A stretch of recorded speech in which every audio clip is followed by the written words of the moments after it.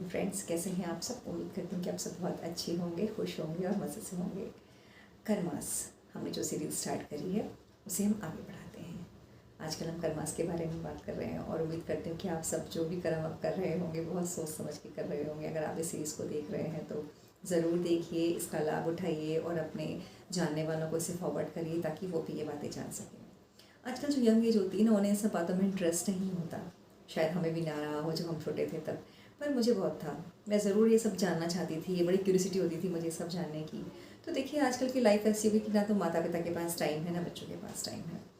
थोड़ी देर टाइम ज़रूर एक्सपेंड करें साथ में, उनको भी ये बातें बताएं, समझाएं, तो उनको भी ये सब चीज़ें समझ में आएंगी। क्योंकि एक टाइम इंसान का ऐसा आता है लाइफ में जब वो इन बातों की तरफ आता है और फिर क्या बात होती है कि हमें तो ये पता ही नहीं था, हमें तो ये बताया ही नहीं गया।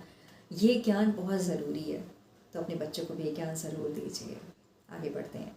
कर्मास तो हम अपनी लाइफ में डेली कुछ ना कुछ कर्म कर रहे होते हैं। कुछ कर्म हम अपनी मर्ज़ी से करते हैं, कुछ हम किसी के बातों में कर देते हैं, किसी की इच्छा के साथ कर देते हैं। कुछ प्राकृतिक होते हैं, जैसे भूकंप है, बाढ़ आना है, ये प्राकृतिक घटना है। इन पे हमारा कोई जोर नहीं। जो भी नुकसान होता है, जैसा भी होता है, वो लिखा हुआ होता है ना। अब कुछ में हमारी इच्छा होती है कि हमारा जो माइंड होता है वो थोड़ी देर के लिए बिल्कुल डाइवर्ट हो जाता है, उसके आवेग में आकर हम वो कर्म कर जाते हैं। कई बार अच्छे हो जाते हैं, कई बार बुरे हो जाते हैं। तीसरा है कि किसी ने हमें कुछ कहा और हमने उसकी मर्ज़ी में अपनी मर्ज़ी मिला के वो कर्म कर दिया, है ना। तो कहते हैं ना कि सामने वाले ने बोला तो हमने ऐसे कर दिया।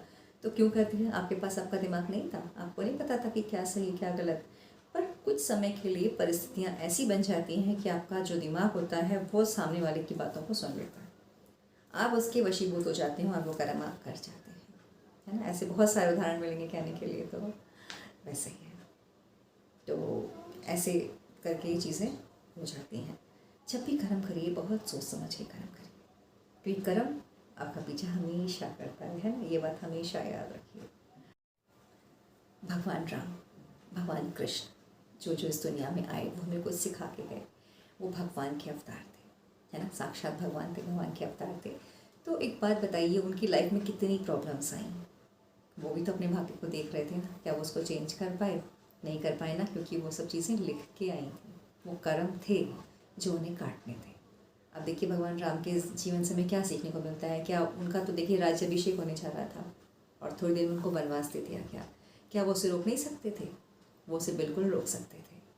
वो चाहते तो बहुत कुछ कर सकते थे। जब सीता जी को अपहरण हो गया, सीता जी का जब उनको ले गया रावण, तो क्या उनको हनुमान जी लेके नहीं आ सकते थे? 2 मिनट लगते। पर रामायण कैसे बनती, लोगों को सीख कैसे मिलती। बहुत सारी चीज़ें हमको सीखने को मिली रामायण के साथ में, है ना। क्योंकि राम जी को वहाँ जाना था। राम सीता का अलगाव दिखाया गया कि देखिए उन्होंने कितना टाइम एक दूसरे के बिना काटा, फिर भी उनका प्यार कभी कम नहीं हुआ, है ना। बहुत सारी चीज़ें हमें सीखने को मिलती हैं। भगवान कृष्ण का जन्म देखिए, जेल के अंदर उनका जन्म हुआ। सोचिए, उसके बाद बहते पानी में इतने तेज बहाव में उनको दूसरी जगह ले जाया गया। उनका बचपन कहीं और बीता, पढ़ाई उन्होंने कहीं और की, फिर कहीं और चले गए। देखिए, माँ बाप का प्यार भी नहीं मिला, लेकिन वैसे उनको बहुत सारा प्यार मिला, है ना, और आज भी मिलता है।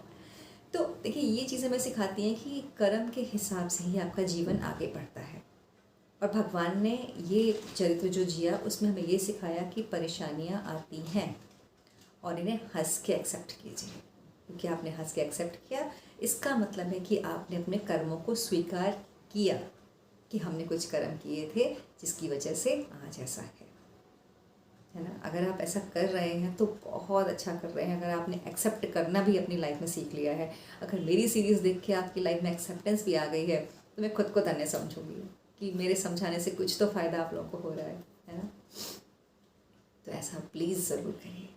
भगवान को भी ये चीज़ समझ में आ जाती है कि कम से कम हमें अपनी गलती तो पता चली। अपने बच्चों को भी हम डांटते हैं तो क्या कहते हैं, जब वो झूठ बोल जाते हैं, कुछ काम करते हैं, हम कहते हैं तुम सच बोल दो। कहते हैं हम हमेशा बच्चों को, तुम सच बोलो कि तुमने क्या किया है और हम तुम्हारे साथ ऐसा नहीं करेंगे। तो भगवान भी हमसे यही कहते हैं कि तुम सच बोलो, एक्सेप्ट करो, और हम भी तुम्हारे साथ ऐसा नहीं करेंगे। और जैसे ही आप इस चीज़ को स्वीकार कर लेते हैं, माफ़ी मांग लेते हैं, आपका वो कर्म कट जाता है और आप उस चीज़ से अलग हो जाते हैं। तो ऐसे ही करिए, कर्म काटिए। कर्मों के बारे में आगे ही बताऊंगी। अभी मेरी सीरीज़ चलेगी ताकि आप इसे बहुत अच्छे से समझ सकें। तो आगे देखते रहिए।